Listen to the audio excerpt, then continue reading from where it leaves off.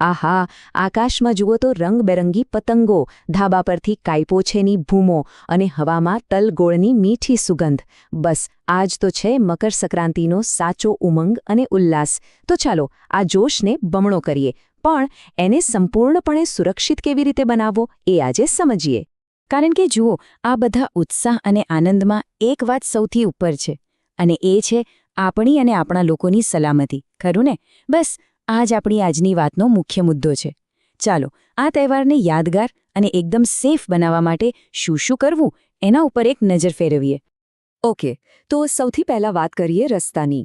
ઉત્તરાયણના દિવસે રસ્તા પર નીકળવું એટલે થોડું ધ્યાન વધારે રાખવું પડે. કેમ? કારણ કે મોટા ભાગના લોકોનું ધ્યાન તો આકાશમાં હોય છે, અને ક્યારે કોઈ કપાયેલી પતંગની દોરી અચાનક આપણા રસ્તામાં આવી જાય કંઈ કહી ન શકાય. આ 3 વાતો તો ગાંઠ બાંધી લેવા જેવી છે. પહેલું, બાળકોને ક્યારેય આગળ ન બેસાડવા, કારણ કે બહુ જોખમી છે.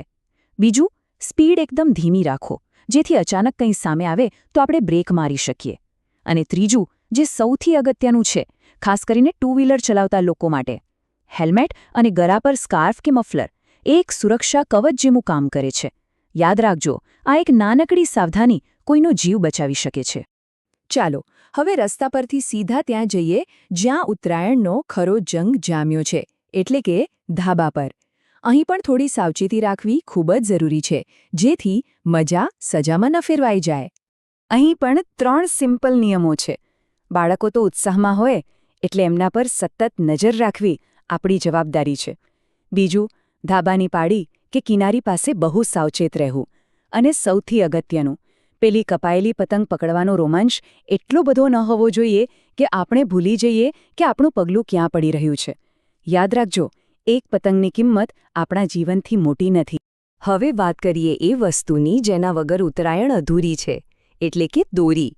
પણ કઈ દોરી વાપરવી અને કઈ નહીં એ જાણવું આપણા પોતાના માટે તો ઠીક, પણ બીજા બધા માટે પણ બહુ જ જરૂરી છે. જુઓ, આ તફાવત એકદમ સાફ છે. ચાઇનીઝ કે કોઈ પણ સિન્થેટિક દોરી એ દોરી નથી, પણ એક ખુલ્લી તલવાર જેવી છે, એટલે જ એના પર પ્રતિબંધ છે. એ માણસો અને પક્ષીઓ બંને માટે જીવલેણ છે. એની સામે આપણી જૂની અને જાણીતી સાદી સુતરાઉ દોરી એ સૌથી સારો અને સુરક્ષિત વિકલ્પ છે. તો ચાલો આપણે બધા જવાબદારી બતાવીએ અને માત્ર સાદી દોરીનો જ ઉપયોગ કરીએ. દોરીને લગતી બીજે 2 નાની પણ મહત્વની ટિપ્સ.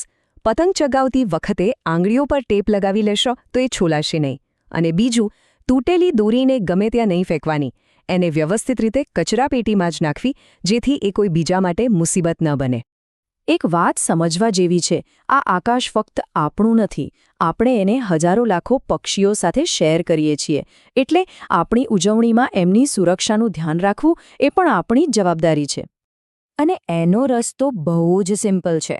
જે સમયે પક્ષીઓ પોતાના માળામાંથી ખાવાનું શોધવા નીકળે અથવા સાંજે પાછા ફરે, એ સમયે આપણે તેમને ખુલ્લો અને સુરક્ષિત રસ્તો આપવો જોઈએ. દિવસનો પહેલો અને સૌથી ક્રિટિકલ સમય, સવારના 7 થી 9. આ એ સમય છે જ્યારે પક્ષીઓ આખા દિવસ માટે પોતાના માળામાંથી નીકળે છે. જો આપણે માત્ર આ 2 કલાક થોડી ધીરજ રાખીએ અને પતંગ ન ચગાવીએ, તો કેટલાય પક્ષીઓનો જીવ બચી શકે છે.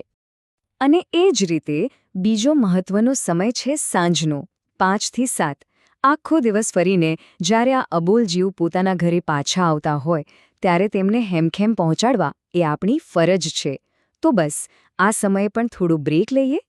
અને આટલું ધ્યાન રાખવા છતાં જો કોઈ પક્ષી ઘાયલ દેખાય તો ગભરાયા વગર તરત જ કોઈ પક્ષી હેલ્પલાઇન કે જીવદયા સંસ્થાને ફોન કરો.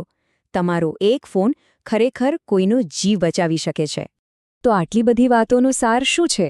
સાર બસ એટલો જ છે કે સુરક્ષાની શરૂઆત આપણાથી, એટલે કે એક વ્યક્તિથી થાય છે. જો આપણે સાવચેત રહીશું તો આપણી આસપાસના બધા જ સુરક્ષિત રહેશે. અને આનાથી મોટી વાત કઈ હોઈ શકે? તમારી એક નાનકડી સાવધાની એ પાક્કું કરે છે કે તમારો આખો પરિવાર કોઈ પણ જાતની ચિંતા વગર આ તહેવારનો ભરપૂર આનંદ માણી શકે. તો બસ હવે આ જ્ઞાનને, આ સુરક્ષાના સંદેશને ફક્ત આપણા સુધી ન રાખીએ. આપણા મિત્રો, આપણા પરિવારજનો બધા સાથે શેર કરીએ. ચાલો આપણે બધા સાથે મળીને આ મકર સંક્રાંતિને માત્ર આનંદમય જ નહીં, પણ અત્યાર સુધીની સૌથી સુરક્ષિત બનાવીએ. આપ સૌને સુરક્ષિત ઉત્તરાયણની ખૂબ ખૂબ શુભેચ્છાઓ.